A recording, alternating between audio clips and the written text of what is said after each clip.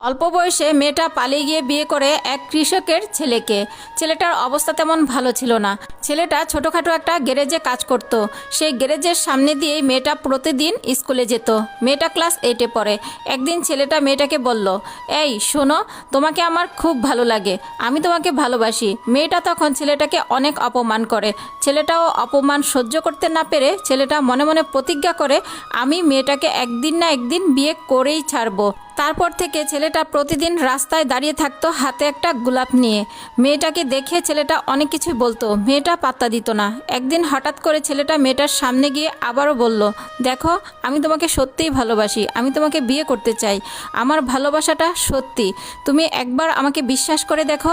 মেয়েটা তখন ছেলেটাকে বলল, দেখেন, আমার বয়স কম, আমি ক্লাস 8-এ পড়ি, আমার বাবা মা এখন আমাকে বিয়ে দিবে না, আপনি যদি পারেন আমার বাবা মাকে রাজি করতে তাহলে আমি ভেবে দেখব।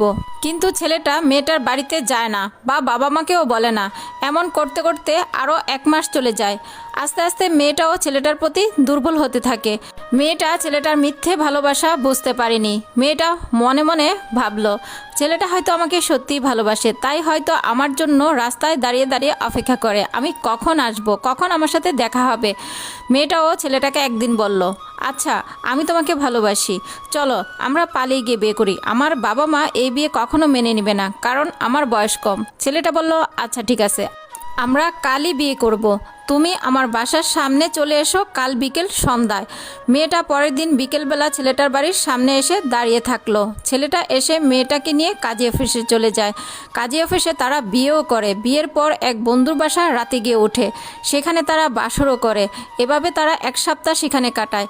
কিন্তু ছেলেটা মেয়েটাকে না জানিয়ে হঠাৎ করে প্রবাসে চলে যায়।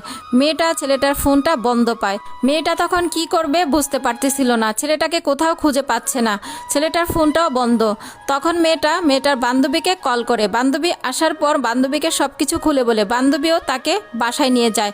সেখানে মেয়েটা কিছুদিন থাকে, কারণ বাবা মার কাছেও ফিরে যেতে পারবে না, বাবা মাকে না জানিয়ে এসে বিয়ে করছে বলে। প্রায় 1 সপ্তাহ পর ছেলেটার ফোনটা খোলা পেল। তখন মেয়েটা ছেলেটাকে জিজ্ঞেস করলো, কি ব্যাপার, তুমি আমার সাথে যোগাযোগ করছো না, ফোনটাও বন্ধ, কোথায় তুমি? ছেলেটা তখন বলল, আমি প্রবাসে চলে আসছি হঠাৎ করেই। আর তুই কি ভাবছিস তোকে নিয়ে সংসার করব? আমি তো তোকে জিদ করে বিয়ে করছি, মনে আছে তুই একদিন আমাকে অপমান করেছিলি? মেয়েটা বলতেছে, দেখো, আমি তোমাকে সত্যিই ভালোবাসি, আমি তোমার ভালোবাসায় তোমাকে ভালোবাসতে শিখেছি, আমার সাথে এমন করো না প্লিজ। ছেলেটা তখন মেয়েটাকে বলল, আমি তোকে ডিভোর্স লেটার পাঠিয়ে দিয়েছি, তুই তো আমাকে একদিন গরিব বলেছিলি, ফকির বলেছিলি আমি নাকি গরিব, আমার নাকি ভালোবাসার কোনো যোগ্যতাই নেই। এসব কথা শুনে মেয়েটা ছেলেটাকে অনেক অনুরোধ করে বলতেছিল, দেখো, তখন আমি বুঝতে পারিনি, আমাকে ক্ষমা করে দাও, আমার সাথে তুমি এমন করো না, আমি তোমার সাথে সংসার করতে চাই, আমি তোমাকে ভীষণ ভালোবাসি, বাবা মার কাছেও আমি ফিরে যেতে পারবো না। ছেলেটা ফোনটা কেটে দিল। কখনো আবেগে পড়ে অল্প বয়সে প্রেম করে বাবা মাকে না জানিয়ে পালিয়ে গিয়ে বিয়ে করবেন না, তাহলে আপনার জীবনটা এরকমই হতে পারে, ধ্বংস হয়ে যাবে আপনার জীবন। টিউশনি করার পর 3য় দিন ছাত্রীর মা আমার হাতে একটা খাম দিয়ে বলল, কাল থেকে তোমার আর আমার মেয়েকে পড়াতে হবে না, 2 দিন আমার মেয়েকে পড়াইছো, আমি 1 মাসের টাকাটা দিয়ে দিলাম। আমি অবাক হয়ে ছাত্রীর মাকে বললাম, আন্টি, কিছু মনে না করলে আমি কি জানতে পারি আমার অপরাধটা কি? আন্টি অন্যদিকে মুখটা ঘুরিয়ে বলল, না, তোমার কোনো অপরাধ নাই, তোমার আসতে হবে না। তখন ছাত্রী মাকে বললাম, আন্টি, আপনার মেয়েকে আমি 1 মাস পড়াই, তখন যদি মনে হয় যে আমি ঠিকমতো পড়াইতে পারি না তখন বাদ দিয়ে দিন, আমার আপত্তি থাকবে না। এবার ছাত্রীমা আমার দিকে তাকিয়ে বলল, আসলে তোমার কাছে আমার মেয়ে পড়তে চায় না, শুধু ভালো পড়ালে তো হবে না, দেখতে শুনতে ভালো হতে হয়, তোমায় দেখলে নাকি আমার মেয়ে ভয় পেয়ে যায়। আমি আন্টির খাতে খামটা দিয়ে বললাম, টিউশনি করাতে হলে যে ফর্সা হতে হয় তা আগে জানতাম না, যদি জানতাম তাহলে আপনার মেয়েকে পড়াতে আসতাম না। বাসা থেকে বের হয়ে মাকে ফোন দিলাম, বললাম, মা, আমার এই বাসার টিউশনিটাও চলে গেছে, আমি কালো বলে। মা বলল, বাসায় চলে আয়, তোর সাথে কথা আছে। ছেলেটা বাসায় এসে মন খারাপ করে বসেছিল, আর মা ছেলেটাকে বলল, কি রে, তুই মন খারাপ করে বসে আছিস কেন? ছেলেটা বলল, মা, সত্যি আমি কালো বলে কি আমি কোথাও কোনো চাকরিও পাবো না? মা তখন ছেলেটাকে বলল, আমার দোয়া সবসময় তোর সাথে আছে, ইনশাল্লাহ তুই একদিন খুব ভালো একটা চাকরি পাবি। এমন করতে করতে কিছুদিন ও বেকারি ছিল, তারপর ওর একটা খুব ভালো একটা চাকরি হলো। একদিন মা ছেলেটাকে বলতেছে, চল আজ বিকেলে তোর জন্য একটা মেয়ে দেখতে যাব। ছেলেটা মাকে জড়িয়ে ধরে বলল, মা, আমি তো কালো, কোনো মেয়ে আমাকে পছন্দ করবে না, আমার মা কাঁদতে কাঁদতে বলল, তুই কালো হয়েছিস, কি হয়েছে? তাই বলে সুন্দরী মেয়ে বিয়ে করতে পারবি না? মাকে জড়িয়ে ধরে আবারও বললাম, না মা, পারি না। একটা সুন্দরী মেয়ে কখনো কালো ছেলেকে বিয়ে করতে চায় না। যদি কখনো বিয়ে করতে চায় তাহলে ভেবে নেবে তার বাবা মার চাপে বিয়ে করতে রাজি হয়েছে, বা কালো ছেলেটার খুব ভালো ক্যারিয়ার আছে তাহলে রাজি হয়েছে। দুপুরে কাজ করতেছিলাম অফিসে বসে, এমন সময় হঠাৎ করে একটা অচেনা নাম্বার থেকে ফোন আসলো। আমি ফোনটা রিসিভ করতে অপর প্রান্তে থেকে একটা মেয়ে বলল, হ্যালো, আমাকে চিনতে পারছেন? আমি সেই মেয়ে যাকে আপনারা কালকে দেখতে আসছিলেন। আমি অবাক হয়ে জিজ্ঞেস করলাম, আপনি হঠাৎ ফোন দিলেন যে? মেয়েটি তখন বলল, আমি আপনার অফিসের নিচে, দয়া করে একটু আসবেন, আপনার সাথে আমার জরুরি কথা ছিল। একটা রেস্টুরেন্টে আমি আর মেয়েটা বসেছিলাম, অনেকেই আমাদেরকে হা করে দেখছিল। আমি চেয়েছিলাম অন্য কোথাও বসতে, কিন্তু মেয়েটা জোর করে এখানে নিয়ে আসলো। কফির মগে চুমুক দিতে দিতে মেয়েটি বলল, সত্যি বলতে আপনাকে প্রথম দেখাতে ভালো লাগেনি, কিন্তু আড়ালে যখন আপনার মায়ের সাথে আপনি কথা বলতেছিলেন তখন আপনাদের সব কথা আমি শুনেছি।